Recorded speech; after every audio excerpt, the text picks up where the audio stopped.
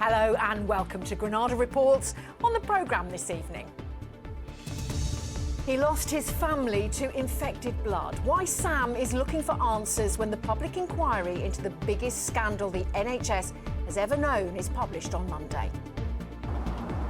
One thing I know is that I'm here now to get justice for them.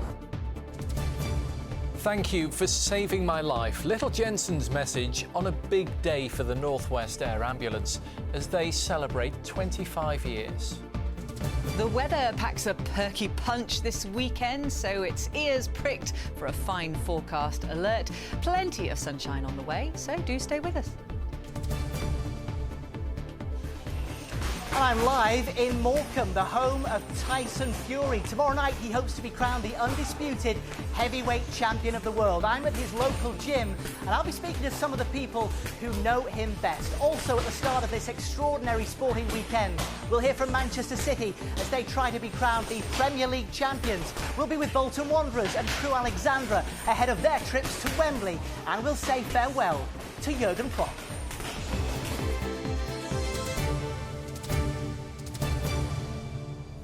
Yeah, that's all coming up. But first to the news tonight. A man from Merseyside's desperately looking for some kind of closure when the public inquiry report into the infected blood scandal is published on Monday. Cruelly, Sam Rushby from Southport lost both his parents and his baby sister after they all became infected in what's been called the worst treatment disaster in the history of the NHS. Tens of thousands in the UK were infected with blood or blood products imported from America in the 70s and 80s. Much of it came from high-risk donors like prison inmates and drug users and was infected with HIV and hepatitis C. Sam is planning to travel to London on Monday to see the report come out. It's thought 30,000 people were infected with HIV and hepatitis C in the 70s and 80s, including 380 children. Around 3,000 have died, killed by the tainted blood products supposed to save them. 3 of those were Sam Rushby's father, mother and his baby sister from Southport. Yeah, basically my whole family has been torn away from me. His dad, Gary, had haemophilia, a rare condition that stops the blood clotting. He had no idea he'd got the then deadly HIV that led to AIDS from his NHS treatment and passed it on to his 23-year-old wife, Leslie. Their baby daughter, Abby, was also infected and died in 1990.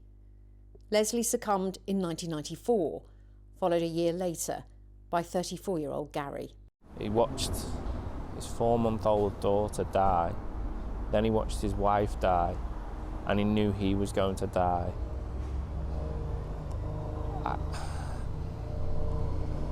It's horrific. Gary had received what was trumpeted in the 70s as a wonder drug, Factor VIII. Derived from blood plasma, it helped stop the unstoppable bleeds haemophiliacs would get from minor injuries. He could treat himself at home. Factor VIII became a passport to a more normal life. But demand was so high in the 1970s, the NHS turned to the United States for supplies, where donors were paid for plasma, attracting those desperate for cash. This is the city's Skid Row, home to many alcoholics and down and outs. Here we found the Highland Donor Centre. The blood of American sex workers and drug addicts sent the then deadly HIV and hepatitis C across the Atlantic. There's evidence British ministers and medics were warned of the dangers, but thought they were outweighed by the benefits.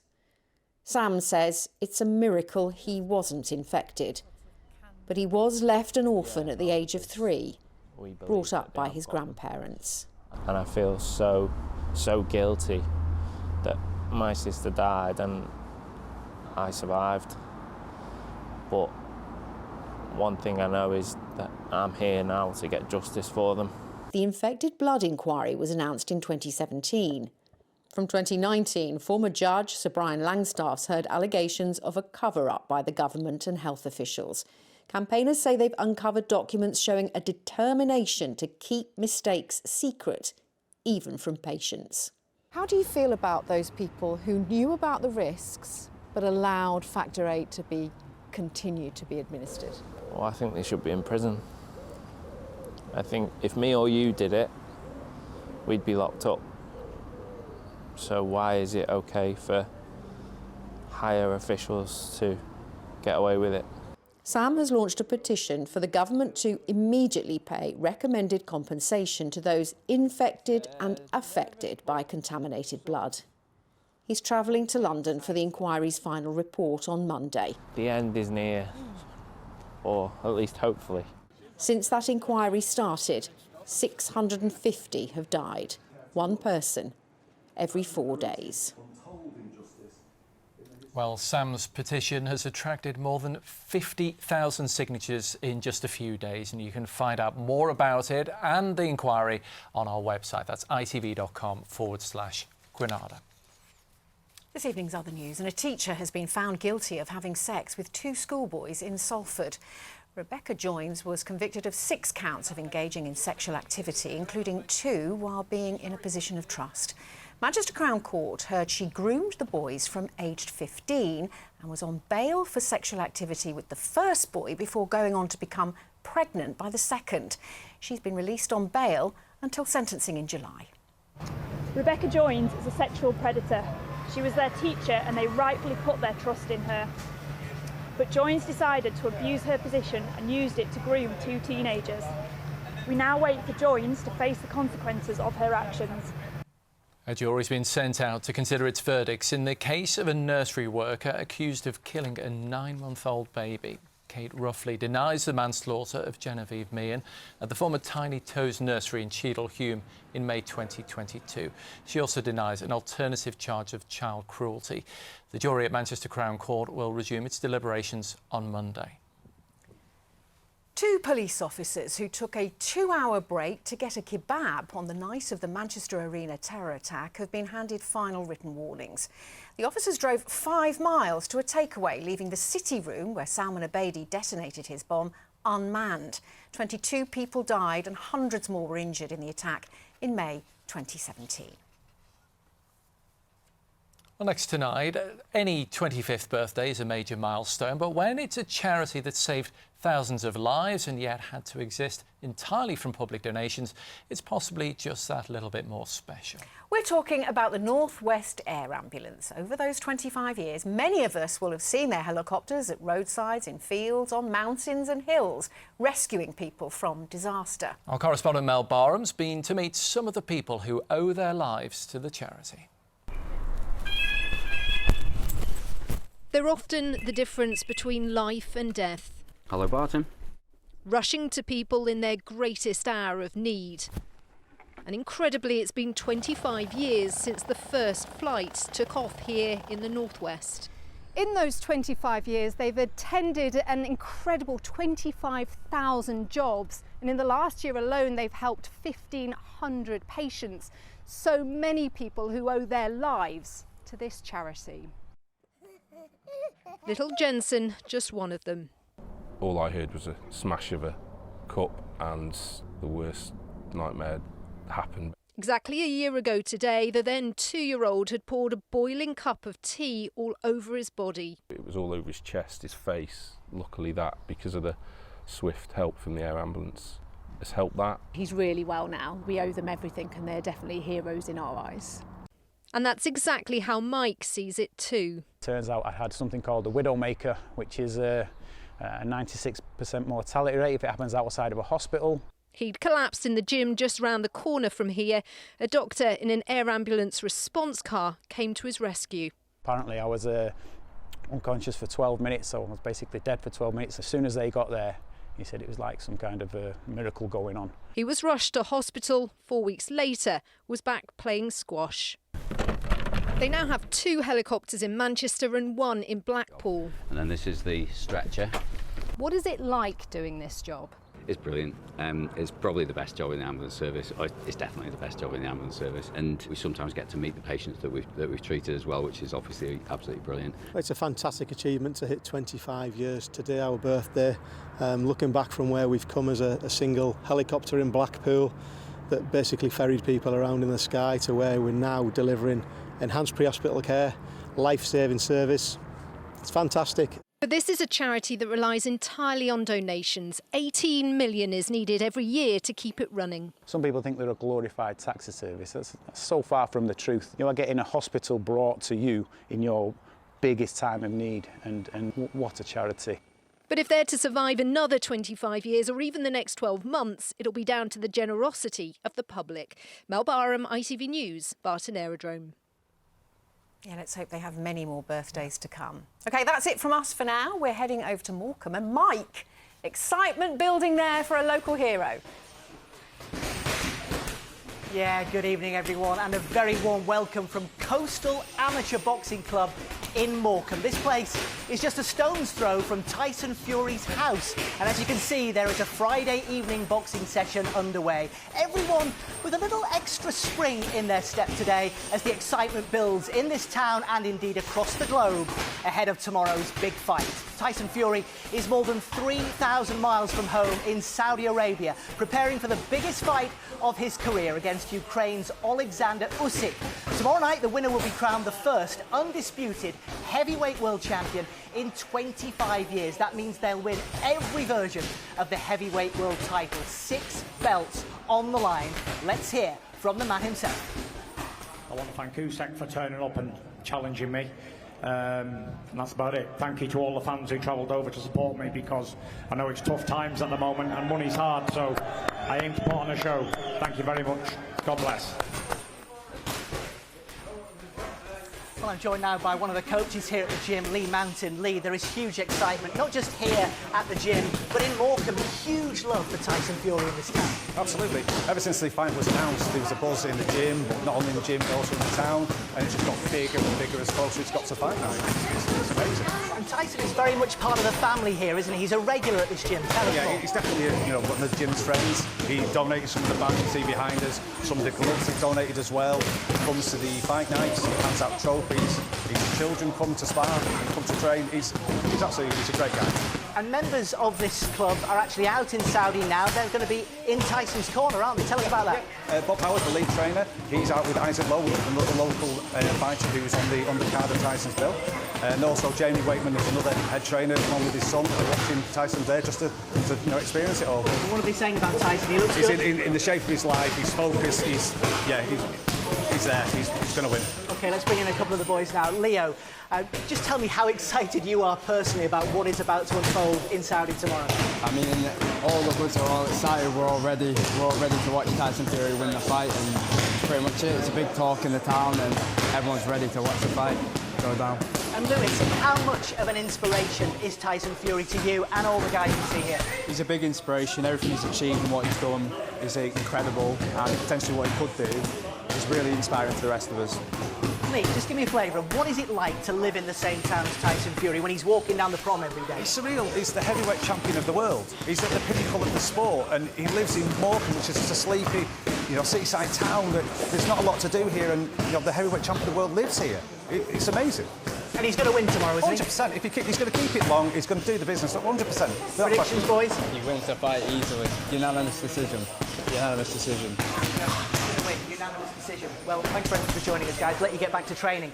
Well, as Tyson Fury attempts something that hasn't been achieved in a quarter of a century, Manchester City are hoping to pull off a footballing first. The Premier League title will be decided on the final day of the season, and if City beat West Ham on Sunday, they'll become the first English club ever to win 4 top-flight league titles in a row. And it could be a double celebration for the club too, as City's women bid for the WSL crown. Here's Chris Hall. Becoming kings of England had been done before. And there it is, Manchester City are the champions. The treble had been done before. Again, thinking the consequences, thinking what is going to happen if. This is a problem in this type of games. You have to be more than ever focused. Champion being at home, but this season, like it happened with Liverpool in the past, this is not going to happen. Destiny in our hands to win one game, to be champion. Every team would like to be in our position, that's for sure. At the same time, we're busy? Absolutely not. To be with us, to do it together. Well, this is the other trophy Manchester City want to get their hands on this weekend. Not since 2016 have they won the Women's Super League, but they've got a great chance this weekend. Level on points with leaders Chelsea and only 2 goals behind on goal difference. They need goals this weekend, and Ellen White, you knew how to get a few of those. I'm going to let you hold the trophy because I do not trust myself with it. Can they do it this weekend?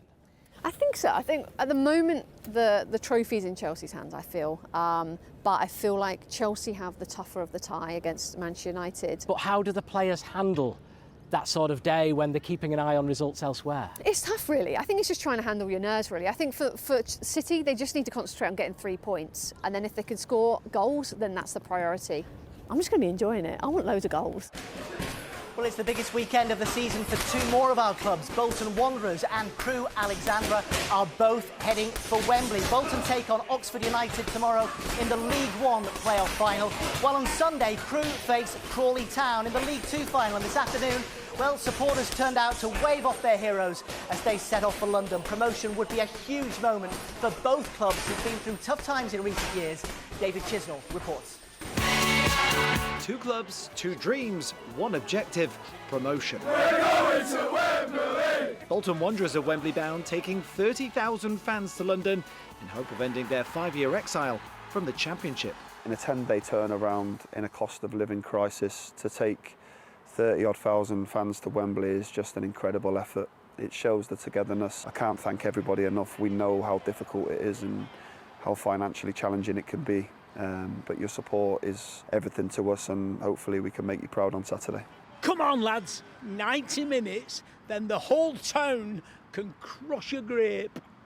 Yes!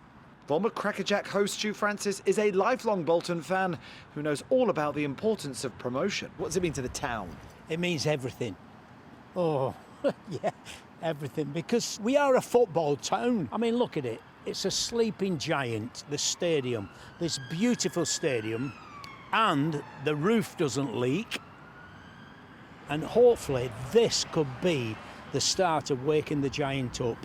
Do something better than do nothing. So. Fan favourite Fabrice Muamba has been back at Bolton as part of a British Heart Foundation and Sky Bet campaign to teach 280,000 people CPR. He played for the club in the Premier League and hopes they can once again push on to the higher leagues. A club of this size deserve to be in and around the Championship, not one of Premier League. So I wish nothing but all the best, and I hope the boys will go out and perform to the best of their ability. While Bolton face Oxford in the League One playoff final tomorrow, 24 hours later it's the turn of Crewe, who face Crawley in the League Two showdown. What we achieved, unbelievable. Like, we are tipped to be going down, and what we've done as a team and a club and staff and fans is unbelievable, and we've still got one massive game ahead, and I don't think anyone can wait for that one. Crewe's confidence is sky high after coming back from 2 goals down to win their semi-final on penalties. I just had this belief that the players would do it because they don't know when they're beat and they work extremely hard. And I said to him before the game I was a proud man to be able to lead that team, and the staff that worked ever so hard, but even prouder after the game. The feel-good factor is also back at Crewe, who 20 years ago were in the Championship and 2 years ago were relegated to League Two. It was on the floor a bit, the club wasn't very nice to be a part of, and I think this season's probably been the best I've been at the club, to be honest. The manager's, he's unbelievable, he's a young, hungry manager. You can just see with the fans and the club around the place, it's just lifted everything. 2 clubs, 2 dreams, 1 huge weekend. David Chisnell, ITV News. It really is an extraordinary sporting weekend. Just look at these guys go behind me here. Shout-outs to Cheshire Phoenix, who are competing at London's O2 Arena in the British Basketball League playoff final. To Southport golfer Tommy Fleetwood at the US PGA Championship. To Sale Sharks, who are hoping to qualify for Rugby Union's Premiership playoffs. And also to Wigan and Warrington in Rugby League's Challenge Cup semi-finals. Can they get to Wembley too? But of course, there's another big sports story this weekend as we say farewell to one of the Northwest's biggest characters. So it's back to you guys in the studio. Yeah, thanks to Mike and everyone at Coastal Amateur Boxing Club in Morecambe. I hope they can have a bit of a rest now. Yeah. The big character Mike was talking about is, of course, Jurgen Klopp. Yeah, the Reds manager leaves after 9 seasons at Anfield, in which he's left his mark not just on Liverpool's trophy room, but also on the city itself. Well, our reporter Tim Scott's at the Klopp mural at Anfield for us, Tim. And as Liverpool prepares to bid Klopp a fond farewell, his replacement has been pretty much confirmed.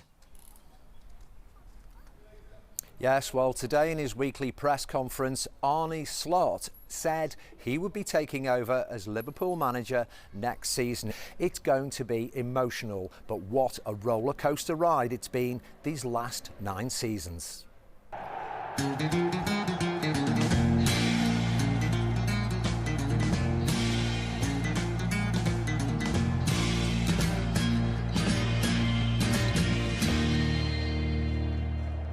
You know, we look at some great managers over the years, and Liverpool have been fortunate enough to have plenty. But I don't think, you know, he'll be out of place when people are talking in years to come of great managers, greatest managers of all time.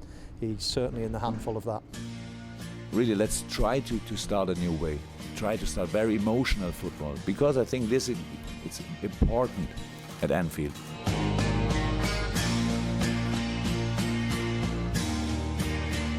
I think he's done a great job. He's coming out. I mean, I love the way he manages the club. He has a great way about him. The way he talks to people, the way he talks to all our fans, the way he sets himself there. And what's the not to like?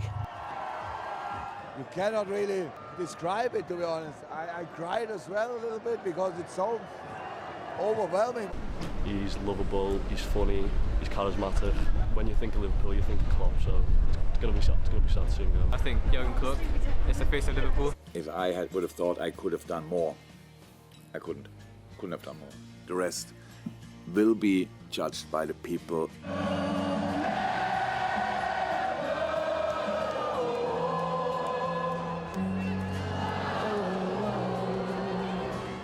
I take memories with me, fantastic memories.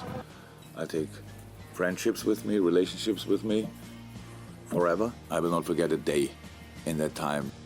There's a great man here, which is Bill Shankly. We've got a statue here. And it says, made the people happy. And I think Jurgen has been that sort of character. I think Jurgen has made us all smile again.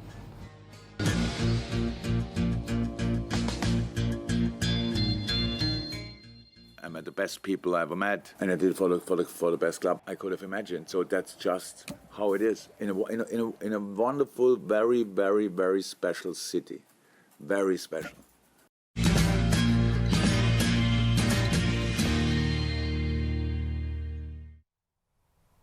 It's going to be a hard act to follow, isn't he, I think? Even us impartial ones will miss him. Yeah, absolutely. Yeah. Probably won't be a dry eye in the house at Anfield on Sunday. Hopefully no reason for tears, though, from the weekend weather. Here's Emma. Have you burnt tea again? I'm scraping the cooled oil into the bin, not the sink. Can we eat outside? It's nice. United Utilities sponsors ITV Granada weather. Hello there, very good evening to you. The weekend, as ever, is hotly anticipated. I don't think I'll disappoint either. There's quite a bit of mist and fog around this morning across the Isle of Man and some parts of the region, but it soon lifted and cleared. Some low cloud around, but also some decent sunshine. And it looks like we're in for plenty of sunshine over the weekend. Just very isolated showers around, mostly tomorrow, out of the 2 days, and also some low cloud at times. So it's not completely plain sailing, but high pressure from the west does dominate through the weekend and until Monday. However, after that, things become a little bit more unstable and showers are more likely from Tuesday onwards. But that's a way off at the moment, so let's just enjoy the weekend. Rewinding then to the next few hours after a fine end to the day where we might have just seen an odd isolated shower. If you did see one of those, they'll fade by midnight. Sky is clear, and where they do clear, some mist and fog patches reforming, but not extensively. And temperatures very much on the mild side, anchoring themselves there into the low double figures. Into tomorrow then, the sun's up just past 5 in the morning and sets at 12 minutes past 9 in the evening. And tomorrow morning, once any mist clears, there'll be more sunshine around than there was this morning. It'll be a fine day. There's a risk of 1 or 2 showers popping up later on into the afternoon. A bit more of a thundery risk in there tomorrow than there was today as well. And slightly higher temperatures with strong UV. The sun really strong at this time of year. Don't forget, it's only about a month to the solstice now. 22 is 72 Fahrenheit. Also, the breeze coming more from a northerly direction. We're actually quite sheltered at the moment with more of a northeasterly. We're more sheltered by the Pennines. But but tomorrow may feel a little bit fresher, particularly across the Isle of Man, where it could get quite breezy, gusts of 35 miles an hour. Essentially dry, fine and sunny on Sunday, less of a shower risk than on Saturday, and fine and bright on Monday. Here's your pollen. It's a little bit burnt. United Utilities sponsors ITV Granada weather.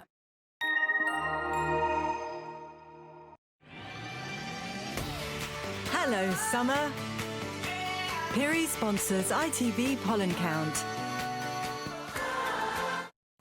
So then tree pollen's on the way out. Grass pollen hasn't quite kicked in yet, so some relief for hay fever sufferers. Counts low over the next few days. However, a bit of birch and oak in the air. Counts could briefly rise to moderate in the sun. Bye-bye. Emma, thanks. And that's it from us for tonight. Yeah, ahead of a sporting weekend of destiny for Tyson Fury, Manchester City men and women, Bolton Wanderers, Crewe Alexandra and many, many more. And of course, it's also goodbye to Jurgen Klopp. And it's goodbye from us. Thing is, he's leaving for good and we're back next week. He can always come and join us if he wants. Have a lovely weekend. Bye-bye. Good night.